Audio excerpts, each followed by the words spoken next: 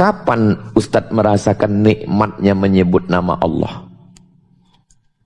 Waktu hidup sedang sempit, susah, kawan jadi musuh, menikam dari belakang, menggunting dalam lipatan, menjegal kawan seiring.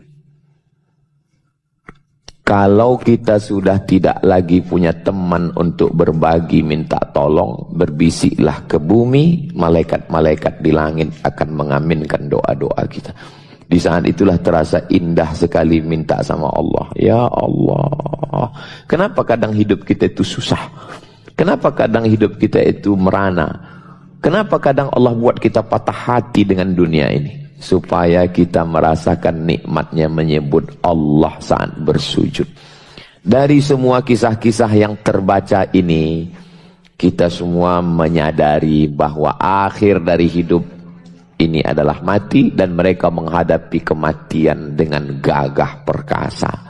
Dan pada akhirnya kita semua akan mati. Orang kaya mati, orang miskin mati, apalagi BPJS. Pas sebelum turun dari mobil tadi, saya lagi baca, ada orang miskin BPJS dihina, disuruh pergi ke kamar jenazah. Ini kamar semua penuh, kalau mau kamar jenazah aja. Aduh, saya membaca itu tadi di jalan, hampir saya banting itu handphone. Untung saya ingat itu handphone saya.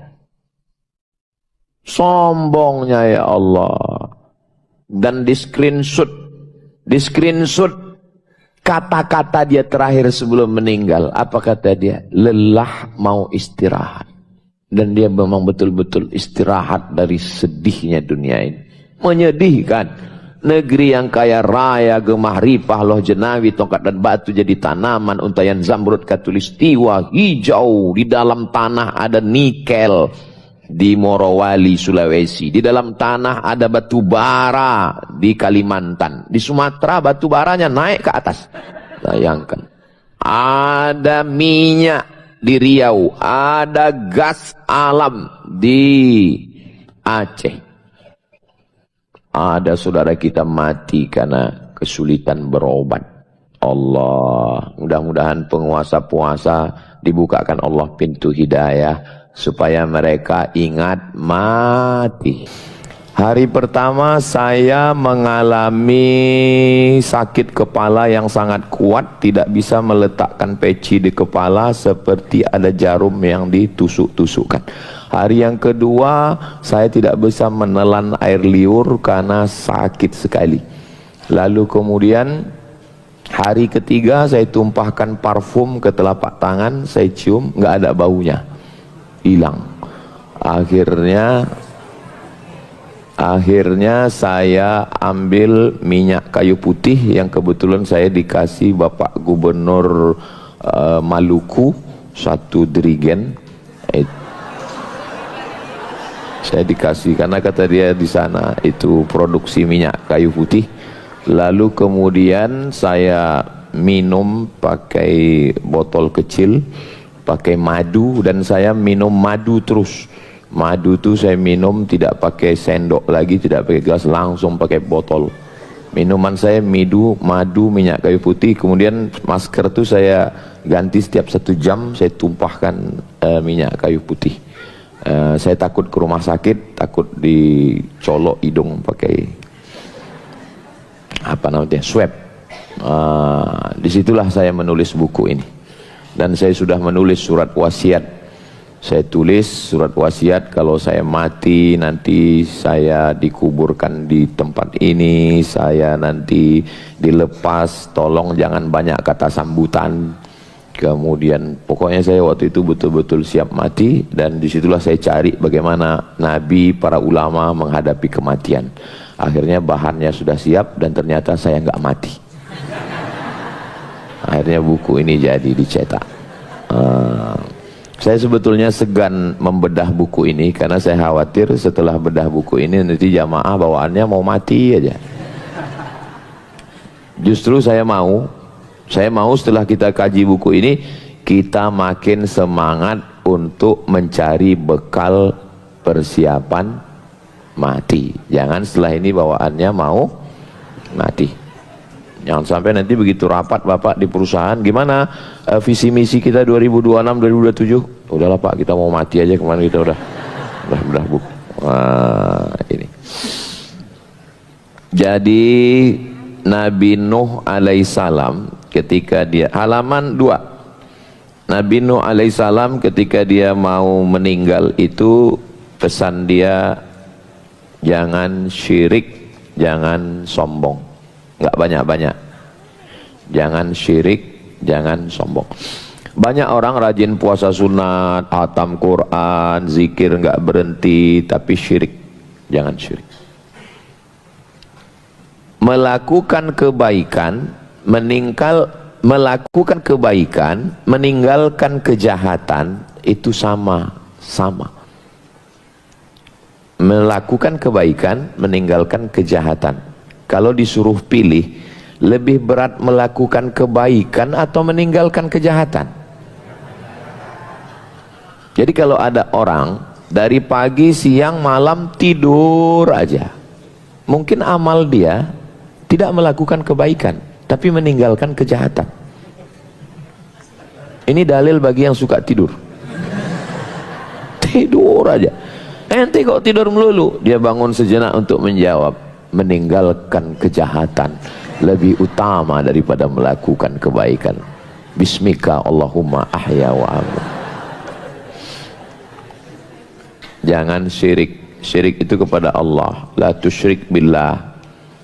Saya yakin dan percaya ibu bapak tidak pernah mempersekutukan Allah dengan apapun. Tapi ketika ibu berkata, Papa, hidup dan matiku hanya untukmu, rusak tauhid.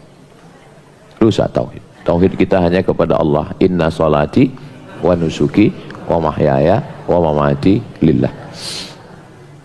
Itu si anu kaya ya sekarang. Ya, dia punya ternak ayam, enggak, terus ternak tuyul. Kita hanya meminta kepada Allah. Idza sta'anta fasta'in billah. Kalau minta tolong hanya minta kepada Allah. Iyyaka na'budu wa iyyaka nasta'in. Jangan sampai iyyaka na'budu wa duku nasta'in. Di Indonesia ini saya sudah keliling, saya sudah banyak ketemu pejabat orang kaya, mereka lebih percaya omongan dukun daripada ustaz. Betul? Tuh banyak yang ngaku. Na'udzubillah. Mudah-mudahan Allah menyelamatkan kita dari kemusyrikan. Yang kedua, jangan sombong.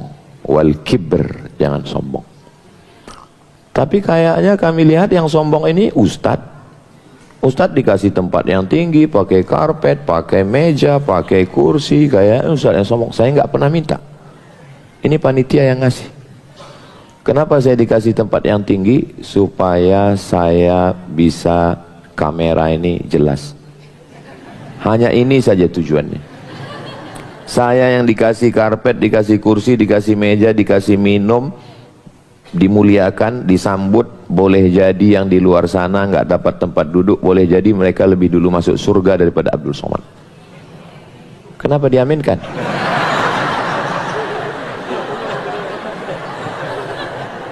Nggak mesti juga diaminkan. Tidak semua kebenaran itu mesti diungkapkan. Jaga juga perasaan orang lain. Dua yang dia perintahkan, la ilaha illallah. La ilaha illallah. Apapun yang terjadi, pesawat mau meledak, hati sedang susah, gundah gulana, cepat kembali, la ilaha illallah. Allah bisa karena biasa. Jangan lupa menyertakan Allah dalam senang maupun susah. Oh, bagus ya rumahnya, alhamdulillah. Cakep ya anaknya, alhamdulillah. Masya Allah, tabarakallah. Ini istrinya, masya Allah. Ini suaminya, innalillah. Jangan lupa selalu menyertakan Allah. Ketika kita lupa menyertakan Allah, disitulah masuk syaitan. Maka kita selalu disuruh berzikir alladzina yadhkurunallaha qiyaman, tegak, wa qu'udan, duduk, wa ala junubihim. Awal tidur ucapan Allah, awal hidup ucapan Allah. Waktu bangun alhamdulillahilladzi ahyana ba'dama amatana wa ilaihin nusyur. Pas mau tidur bismika Allahumma, jangan dibaca sekarang.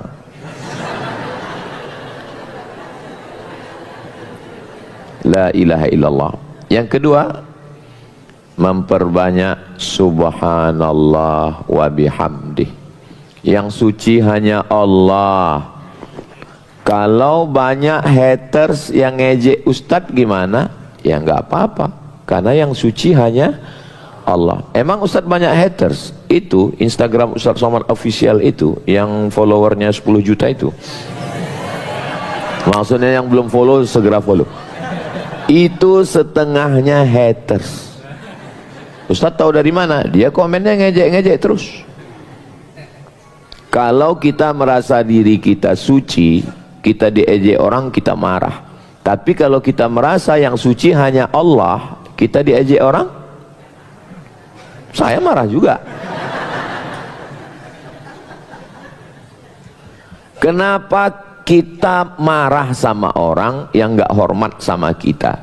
Karena kita merasa diri kita ada apa-apanya. Coba kalau kita merasa bukan apa-apa dan bukan siapa-siapa, pasti gak ada apa-apa kan? Itu ada apa-apa itu kan karena apa-apa. Coba kalau kita nggak merasa nggak ada apa-apa, ya nggak apa-apa. Karena apa-apa itulah maka terjadi apa-apa. Jangan nanti pas posting apa acaranya tadi, apa-apa. Kita pergi kondangan, selamatan, akikah, walimah, nikah. Terus orang nggak nyalamin kita, kita marah. Kenapa? Karena kita merasa diri kita mesti dihormati. Coba kalau kita merasa kita bukan siapa-siapa, ya nggak jadi beban. Ustadz sedang nyindir kami nih? Enggak. Saya sedang ngomongin diri saya sendiri. Kemarin malam sebelum kesini, saya nemanin istri belanja ke supermarket.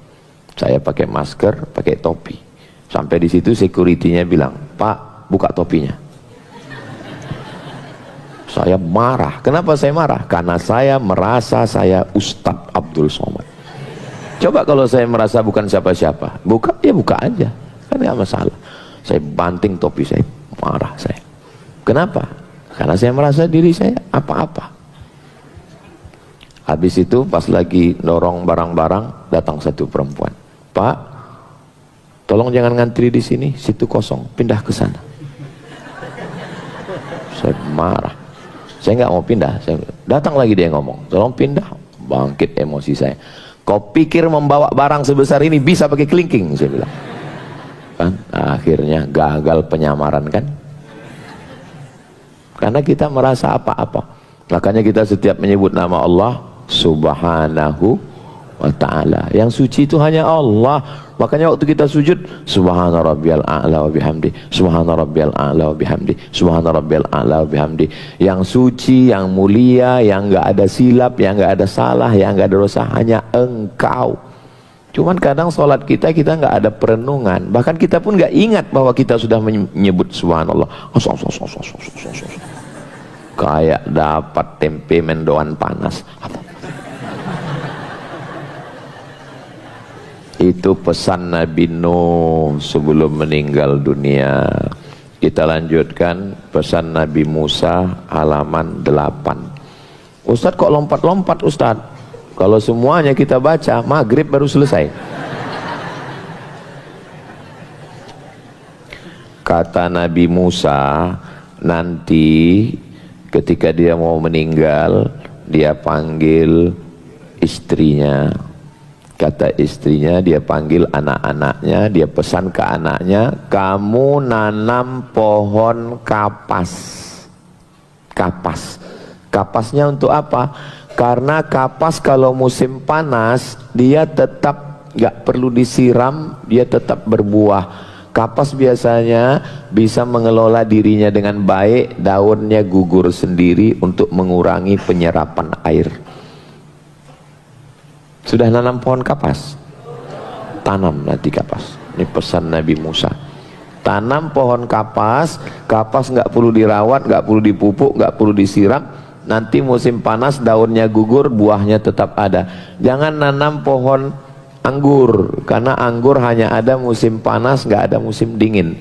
Jangan nanam pohon jeruk, karena jeruk hanya ada musim dingin, nggak ada musim panas. Yang ada di setiap musim apa Pak Ustadz? MBG.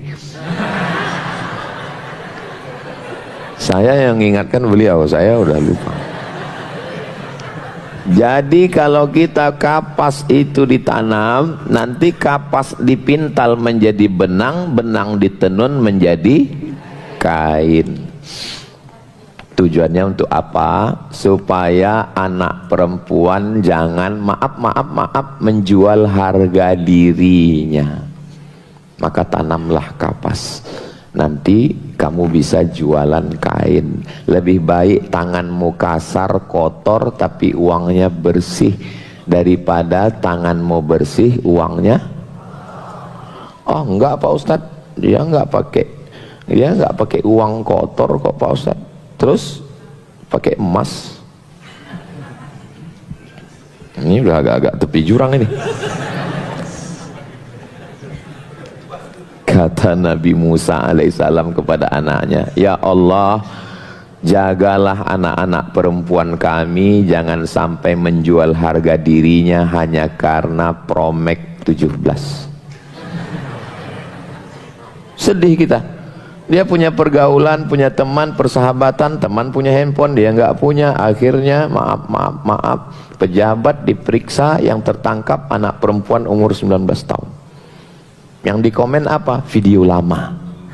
Bukan masalah video lamanya guys,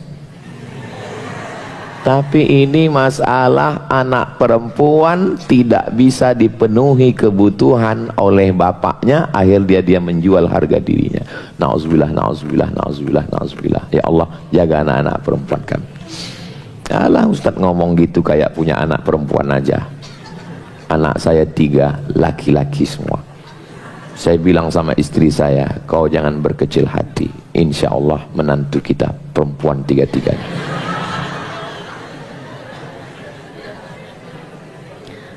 Nabi Musa alaihi salam ketika dia mau meninggal, kata Nabi Musa, aku nggak takut mati, kata Nabi Musa. Aku nggak takut mati. Bapak takut mati? Laki-laki memang nggak berkata-kata. Diam, meninggal.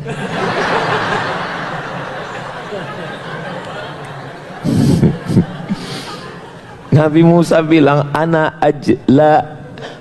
tidak takut, sama kata dia, lastu ajza'u lil maut. Aku nggak takut mati, kata Nabi Musa. Terus Ustadz kok cuma nanya bapak, ibu kok nggak nanya? Ibu kalau ditanya jawabannya nggak selesai sampai kita mati. Lalu yang aku takutkan apa? Ajza'u ayyibasa lisani an dzikrillah. Aku takut lisanku kering dan tidak bisa lagi menyebut Allah. Kapan Ustadz merasakan nikmatnya menyebut nama Allah? Waktu hidup sedang sempit, susah, kawan jadi musuh, menikam dari belakang, menggunting dalam lipatan, menjegal kawan seiring. Kalau kita sudah tidak lagi punya teman untuk berbagi, minta tolong, berbisiklah ke bumi, malaikat-malaikat di langit akan mengaminkan doa-doa kita.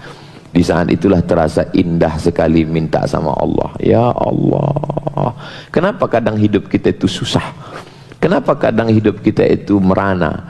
Kenapa kadang Allah buat kita patah hati dengan dunia ini? Supaya kita merasakan nikmatnya menyebut Allah saat bersujud. Ibu pernah merasakan itu? Dari bunyinya sepertinya sangat dalam. Saya pernah merasakan kehidupan yang sangat menyakitkan. Tapi saya nggak mau cerita ke jamaah. Nanti kalau saya cerita, jamaahnya nangis, saya nangis, terus siapa yang ceramah? Makanya saya jarang sekali ceramah nangis. Banyak itu Ustaz, bahkan Ustaz nanya, Ustaz kok nggak pernah nangis ceramah? Ya kalau aku nangis siapa yang ceramah, aku bilang. Bahkan ada itu travel umroh, memang disetting, Ustadz nanti jam sekian nangis. Saya nggak bisa. Makanya saya di TV itu cuman satu TV aja, TV One. Kenapa? Karena cuman TV One yang nggak nyuruh saya nangis. TV lain nyuruh nangis. Ustadz menit sekian ketawa, menit sekian nangis. Saya bilang nggak bisa. Makanya beberapa TV itu saya sekali, habis itu nggak. Wal awal wal akhir. Yang pertama dan terakhir. Aku nggak takut mati, kata Nabi Musa. Yang kutakutkan adalah ketika lidahku kering dan aku tidak bisa lagi menyebut nama Allah. Subhanallah walhamdulillah wa la ilaha illallah wallahu akbar wa la hawla wa la quwwata illa billahil aliyyil azim. Saya terus terang Pak Ustadz, kalau nyebut nama Allah tuh nggak bisa nyanyi-nyanyi kayak Pak Ustadz. Nggak ada yang nyuruh kita nyanyi-nyanyi. Kalau nggak bisa pakai suara gitu, ya udah biasa aja. Subhanallah walhamdulillah wa la ilaha illallah wallahu akbar. Saya malah lebih khusyuknya kalau dalam hati Pak Ustadz. Ya udah nggak usah pakai suara. Semua pakai dalil, mana yang paling nyaman itu kita laksanakan. Dan kita berzikir keyakinan kita. Udah tahu kawan kita di sebelah nggak suka kuat-kuat, kita malah kuat. Subhanallah. Nyari kelahi itu, nyari berantem. Tapi yang paling panjang deretan peristiwa sebelum meninggalnya itu di halaman 11 Sayyidina Muhammad sallallahu alaihi wasallam. Sehari sebelum meninggal, 2 hari sebelumnya, 3 hari sebelumnya. Hari Rabu, Nabi meninggal hari Senin. Nabi lahir hari Senin. Nabi hijrah hari Senin. Sampai di Kuba'nya hari Jumat. Sampai di Kuba'nya hari malam hari Senin. Sampai di Kuba'. Lahir Senin, hijrah malam Senin, sampai di Kuba Senin, meninggalnya Senin. Kita puasa hari, ya tergantung Kementerian Agama. Enggak, puasa Ramadan. Hari Rabu, Kamis, Jumat, Sabtu, Ahad, Senin. 5 hari menjelang meninggal, Nabi naik dulu ke atas mimbar. Man kuntu jalattu lahu zahran fahadha zahri falyastaqid minhu. Siapa yang pundaknya pernah aku sakiti, ini pundak aku, silakan balas. Waktu ada orang cambuk kuda, ujung cambuk itu kan kena ke pundak. Siapa yang pundaknya pernah tersakiti, ini pundakku, silakan balas. Man kuntu syatamtu lahu irdan fahadha irdi falyastaqid minhu. Siapa yang harga dirinya pernah tersakiti, tersinggung kata-kata, menyakiti perasaannya, ini harga diriku, silakan balas. Enggak ada yang nuntut balas. Semua sahabat Nabi diam, enggak ada yang nuntut balas. Selama Bapak Ibu mendengar tausiah saya melalui channel Ustadz Abdul Somad Official, subscribe, like, share, and comment. Ada kata-kata yang menyinggung perasaan Bapak Ibu, maukah Bapak Ibu memaafkan saya? Jangan-jangan mau meninggal. Lalu kemudian Nabi bertanya, siapa yang uangnya pernah aku pinjam? Berdiri sahabat Nabi, dia mengatakan, innalaka alayya thalatha darahim. Engkau punya utang 3 dirham. Sahabat memanggil sepupunya namanya Fadl bin Abbas, idfa' ya Fadl, bayarkan wahai Fadl. 3 kita mesti minta maaf. Pertama, menyakiti fisik. Kedua, menyakiti hati. Ketiga, uang. Fisik bisa dimaafkan, hati bisa dimaafkan, tapi uang. Tapi kalau saya lihat dari bapak-bapak, ibu-ibu ini kelihatannya adalah orang-orang yang tidak punya masalah dan tidak punya hutang. Mudah-mudahan yang ada hutang segera lunas hutangnya. Banyak juga ternyata. Lalu kemudian Nabi pingsan. Diambil air dalam khirbah, geriba, kulit kambing yang dijahit, disiramkan ke wajahnya. Nabi terjaga, terbangun. Saat Nabi terbangun, apa yang dia minta? Dia ingin sholat berjamaah. Kalau kita menghadap ke arah kiblat, sebelah kiri kamar Nabi. Mudah-mudahan nanti kita bisa ke Taman Raudhah dalam program Umroh Akbar sama Ustadz Abdul Somad. Segera daftar ke nomor berikut ini. Sebelah kirinya makam Nabi. Nabi dibopong apa dipapah, kakinya sampai nyeret ke lantai, dan dia tidak bisa sholat berdiri, dia sholat duduk untuk sholat berjamaah. Tiba-tiba hari ini ada orang sudah mengaku naik ke Sidratul Muntaha, sudah makrifat, nggak sholat. Bukan umat Nabi Muhammad SAW. Ini masjid atau aula ini? Majelis. Tadi saya bingung di mana pengajiannya, di setengah masjid Pak Ustaz. Karena saya lihat ada mimbarnya, Masya Allah, tapi ada mihrabnya, tapi nggak ada mimbarnya. Saya tanya Ustadz Rahmat Muradu, ini tempat sholat? Iya. Ada sholat Jumatnya? Enggak. Oh, berarti ini namanya mas-mas, masjid dan majelis. Lalu kemudian Nabi ketika akan meninggal di pangkuan Sayyidatuna Aisyah, dan ketika itu Nabi tidak ngomong, hanya menatap, tapi Aisyah tahu. Maka Aisyah radhiyallahu anha mengambil siwak dan menggigit siwak. Siwak itu kan kulitnya mesti dibuang lalu digigitnya. Maka air liur terakhir yang masuk ke mulut Nabi adalah air liur bekas gigitan Sayyidatuna Aisyah di siwak. Nabi ingin dalam keadaan bersih, suka bersiwak. Itu maka kita lihat ulama-ulama, Habib-habib di kantong siwak. Luruskan shaf, luruskan shaf. Bersiwak. Laki-laki kalau sudah lama kenal dengan perempuan, dia nggak ngomong, istrinya paham. Contohnya mana? Tuh Nabi. Baru dia tengok, dia tahu, oh Nabi mau bersiwak. Sama kayak ibu sama bapak pas belanja. Pas bapak gini, tiba-tiba mau cepat pulang kan, pulang kan.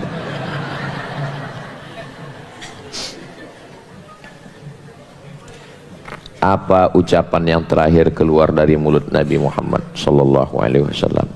Kata Nabi sallallahu alaihi wasallam, Allahumma rafiqil a'la. 3 kali dia ulang, Allahumma rafiqil a'la.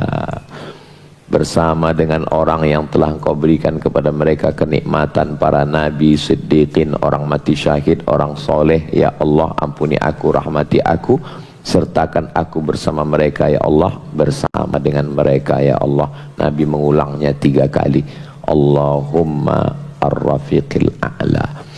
Mudah-mudahan kita juga mati dalam keadaan husnul khatimah. Tapi katanya akhir kalam itu mesti la ilaha illallah. Ini enggak ada la ilaha illallah. Maksud Allah meninggal dalam keadaan bertauhid. Mana tahu nanti ada di antara kita yang meninggalnya Allah, Allah. Lalu istrinya nangis, suami saya enggak husnul khotimah Pak Ustadz. Kenapa? Ngomongnya cuma Allah, Allah. Itu juga tauhid. Memahami tauhid itu begitu. Maknanya Allah, Allah. Kenapa ada orang yang meninggal ucapannya Allah? Karena tidak sanggup lagi lidahnya. Yang paling berat dalam hidup ini adalah waktu sakratul maut. Makanya doa kita, Allahumma hawwin alaina fi sakaratil. Menyebut nama saya itu mulutnya mesti bergerak. Abdul Somad. Apalagi kalau lengkap batu bara. Tapi kalau menyebut nama Allah, bibir nggak bergerak. Allah, Allah. Makanya ibu nanti kalau sudah lihat lidah bapak bergerak, suaranya nggak keluar.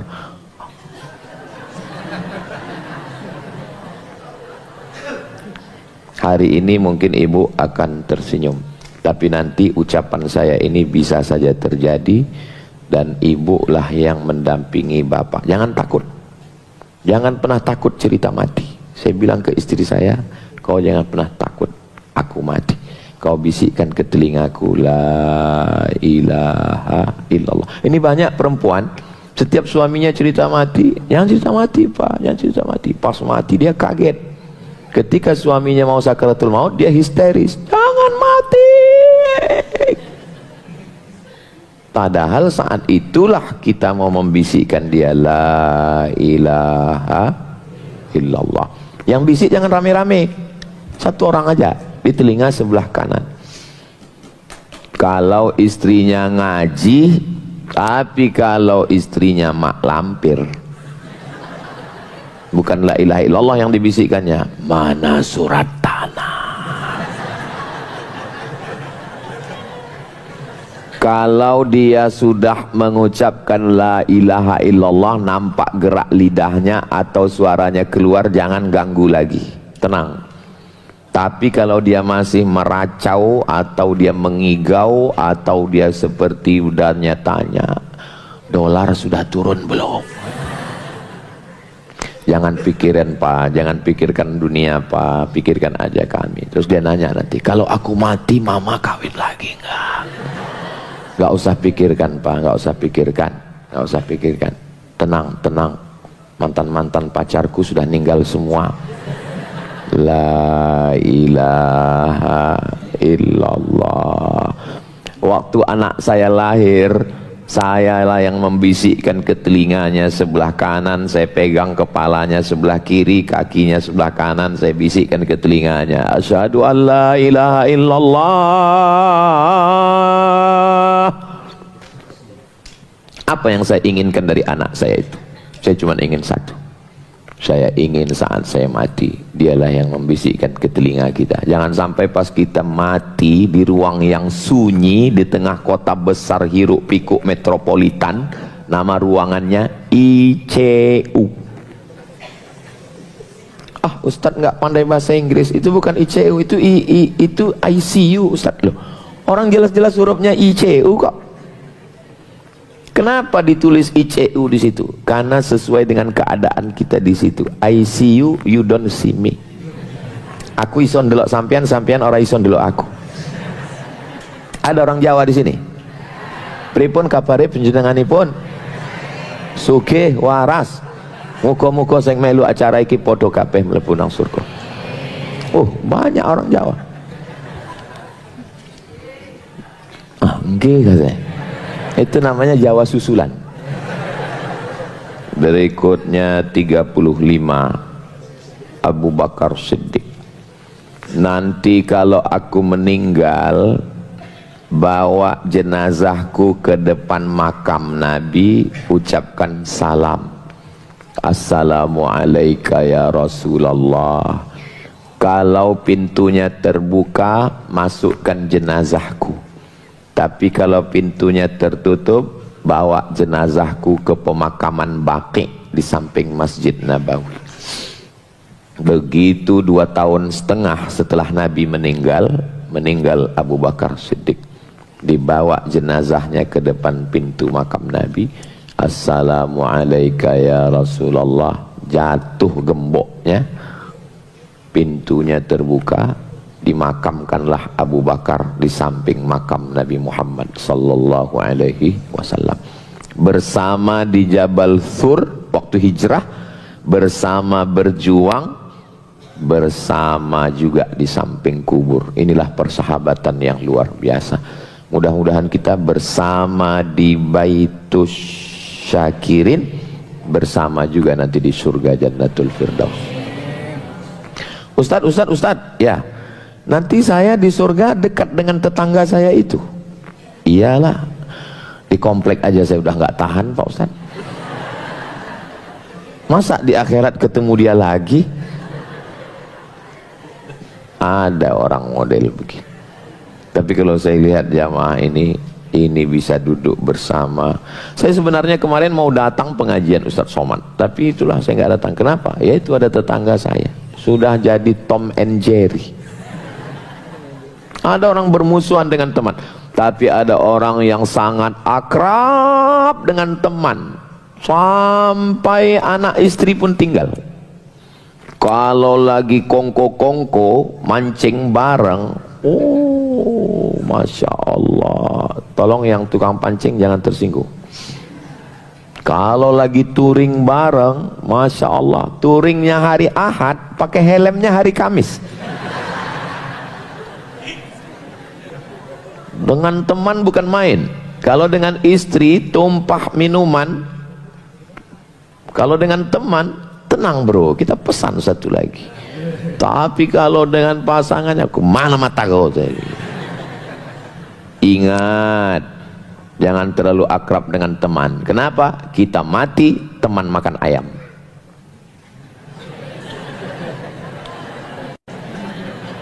Agak loading gue tengok. Hah? Makan ayam? Iya, pas kita mati dia makan ayam. Enak ya kata dia. Tapi jangan gara-gara ini lalu persahabatan jadi rusak. Bapak Sattar, Ustadz Somad jangan undang lagi. Dia hanya merusak kemesraan antara kita. Nabi sampai hari ini bersama di samping dengan Abu Bakar Siddiq dan Umar bin Khattab, dan ada orang berdoa, Allahumma al'an sonamai Quraisy, laknatlah dua berhala Quraisy, Abu Bakar dan Umar. Sampai hari ini mereka baca, laknatlah dua berhala Quraisy, Abu Bakar dan Umar. Itulah yang disebut Ustadz kita tadi, nama golongannya UAS, Ustadz Ahli Syiah. Waspadalah. Mereka mencaci maki sahabat Nabi. Apa kata Nabi? La tasubbu ashabi, jangan kalian caci maki sahabatku. Makanya orang Syiah paling bingung waktu ziarah ke makam Nabi. Kenapa? Karena makam Nabi dengan Abu Bakar dan Umar cuma jarak langkah satu kaki, satu langkah. Jadi dia kalau mau ziarah gimana? Assalamualaikum ya Rasulullah, yang ini enggak. Tapi kita begitu masuk babus salam, mendekat ke mimbar Nabi, mendekat ke makam Nabi, tegak di depan makam Nabi. Assalamualaikum ya Rasulullah, assalamualaikum ya Habiballah, assalamualaikum ya khaira khalqillah, assalamualaikum ya safwatallah, assalamualaikum ayuhan Nabi wa rahmatullahi wabarakatuh. Melangkah satu kaki, assalamualaikum ya Aba Bakrin Siddiq khalifata Rasulullah. Melangkah satu langkah, assalamualaikum ya Amiral Mu'minin Sayyidana Umar ibn al-Khattab radhiyallahu anhu. Ustadz kalau ziarah itu nangis, hampir menangis, nggak jadi, diusir polisi, haji, nggak jadi nangis. Susah khusyuk sekarang. Kalau zaman dulu enak, ziarah nyantai. Sekarang mau nangis nggak jadi. Judulnya air mata jatuh ke dalam. Utsman ibnu Affan halaman 31 dibunuh di waktu lagi baca Quran, pas pada ayat fasayakfikahumullah, surat Al-Baqarah ayat 137. Maka Allah mencukupkan engkau terhadap mereka. Fasayakfikahumullah. Dia mantu Nabi, nikah dengan dua anak perempuan Nabi, bergelar Zunnurain, punya dua cahaya. Dia juga khalifah, dia sahabat Nabi, dijamin masuk surga, dan yang paling mulia, dia meninggal sebagai seorang syahid. Dan ayat itulah sebagai saksi kemuliaan dia, dan meninggal 11 tahun 11 bulan 22 hari menjadi khalifah Amirul Mukminin Sayyiduna Utsman ibnu Affan. Sampai hari ini wakafnya tetap mengalir karena dia wakaf Utsman Bi'ru Raumah, sumur yang dia beli dia wakafkan. Perfect, sempurna Utsman bin Affan. Mudah-mudahan anak-anak kita kaya raya seperti Utsman bin Affan. Tapi yang paling panjang pesannya menjelang meninggal itu Sayyidina Ali, halaman 35. Sayyidina Ali itu panjang sekali pesannya, tapi pesan dia yang terakhir kata dia, lam yantiq illa bila ilaha illallah hatta qubida radhiyallahu an. La ilaha illallah, la ilaha illallah, la ilaha illallah, sampai hembusan nafas yang terakhir. Orang meninggal itu selalu disebut hembusan nafas yang karena nafas itu dua, satu ditarik, satu dihembus. Satu ditarik, satu dihembus. Makanya disebut hembusan yang terakhir, karena kita meninggal itu saat menghembus, bukan menarik. Gak ada orang mati saat narik. Gak ada. Orang mati itu saat berhembus, meninggal. Karena waktu kita menghembus itulah ruh kita keluar.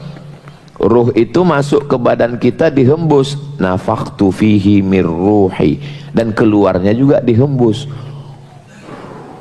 Saat ruh kita keluar berhembus dengan nafas terakhir, disitulah mata kita melihat ruh.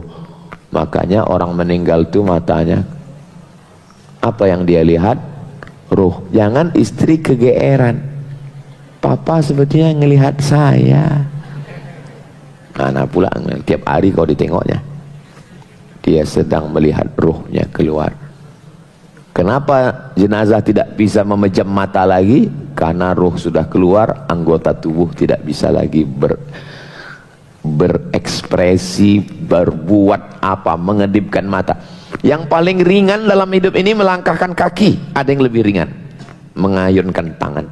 Yang lebih ringan daripada mengayunkan tangan, mengedipkan mata. Berapa kali sudah dari subuh tadi sampai jam 10.30 ini, sudah berapa kali sudah kita mengedipkan mata? Ringan sekali mengedipkan mata. Tapi saat mau mati, sudah mati, ruh keluar dari jasad, kita tidak bisa mengedipkan mata. Andai kita sudah mati mengedipkan mata, bubar semua orang takziah. Siapa yang memejamkan mata? Ibu lah yang akan memejamkan mata bapak. Inna lillah wa inna ilaihi raji'un. Ibu mesti geladi, ibu.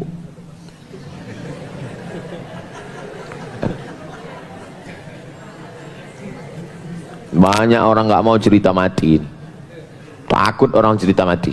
Saya selalu berpesan kepada keluarga saya, kepada santri, termasuk kepada jamaah, jangan takut mati. Justru mati inilah yang menjadi rem kita untuk tidak buat jahat, untuk tidak nakal. Ini adalah mati.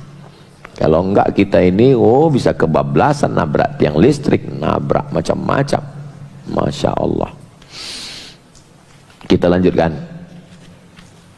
Apa yang paling sering kita dengar, apa yang paling sering kita lihat, apa yang paling sering kita pikirkan, apa yang paling sering kita renungkan?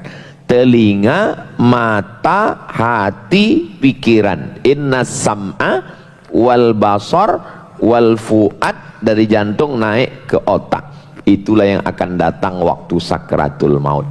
Makanya kalau dengar bacaan, dengar ayat Quran, MP3 Quran.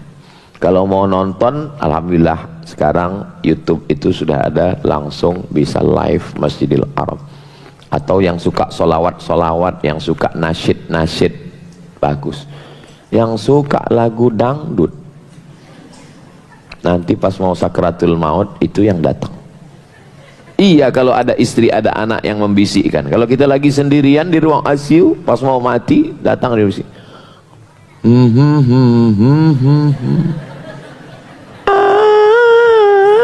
Mati kita. Nauzubillah. Saya tidak minta doa banyak dari Bapak Ibu, saya cuma minta satu doa saja. Boleh request? Matikan Ustadz Somad husnul khotimah.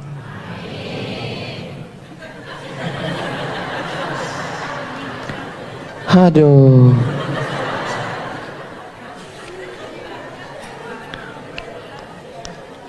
Kita lanjutkan dengan Sayyidatuna Fatimah Az-Zahra.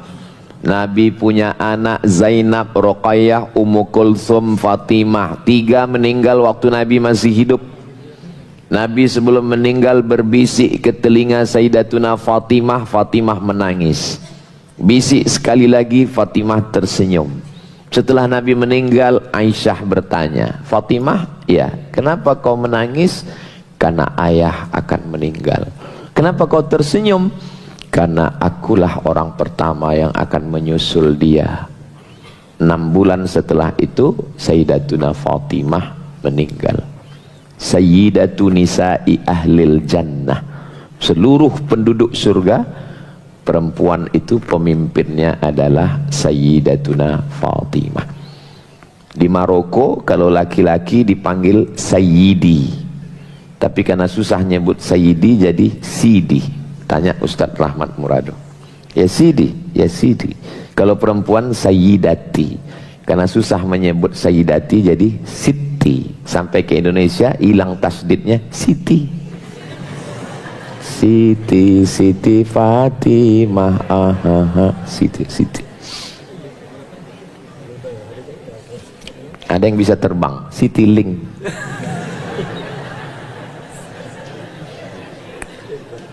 Apa pesan dia? Pesan dia, kalau aku meninggal nanti, tolong jangan ada yang melihat auratku. Dia begitu menjaga kehormatan kemuliaannya. Dia minta ditutupi rapi, bersih, tertutup. Dan dia minta dimakamkan. Maka dia dimakamkan dalam keadaan awwalu man ghutiya na'syuha fil Islam. Jenazah pertama yang ditutupi dalam Islam seperti cara menutup rapi begitu adalah Sayyidatuna Fatimah. Dia adalah orang yang matat lailatul tsulasa, meninggal malam Selasa 3 Ramadan 11 Hijrah.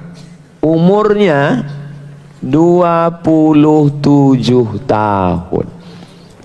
Dan dia tidak pernah merasa dipoligami oleh Sayyidina Ali radhiyallahu anhu. Sama dengan ibunya. Ibunya juga begitu, Khadijah. Karena Nabi menikah setelah Khadijah meninggal. Makanya sebagian ibu-ibu berkata begitu, kalau kamu mau nikah lagi, tunggu aku mati seperti Khadijah dan Fatimah. Gimana? Sudah dapat dalil kan? Sebetulnya yang begini ini saya jarang bukakan, karena saya takut nanti bapak, tapi udah keceplosan gimana lagi.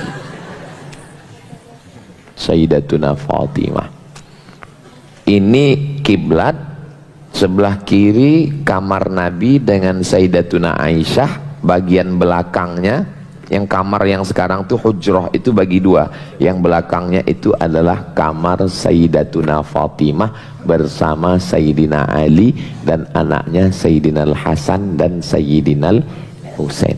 Kenapa Ustadz pakai Sayyidina? Karena Nabi mengatakan innal Hasana wal Husain sayyida syababi ahlil jannah.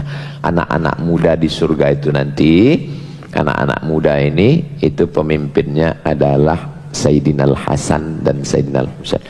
Ustaz jangan sebut kami anak muda, kami ini sudah tua. Saya tidak melihat ada orang tua di sini. Yang saya lihat hanyalah anak-anak muda yang terjebak di tubuh yang tua. Orang yang sholat berjamaah, orang yang ngaji, orang yang bedah buku, maka dia anak muda. Walaupun anak muda tapi nggak pernah ke masjid, nggak pernah ngaji, sesungguhnya dia adalah panti jompo. Jadi yang ada di sini ini semuanya muda-muda semua. Sumpah Pemuda itu orang tua atau anak muda? Sebagiannya orang tua. Tapi kenapa disebut Sumpah Pemuda? Karena semangatnya muda. Nah, ini yang hadir nih semua semangatnya muda-muda semua, insya Allah. Pak Ustadz, tapi saya sudah ubanan Pak Ustadz. Jangan katakan ubanan, sudah meninggalkan dunia hitam.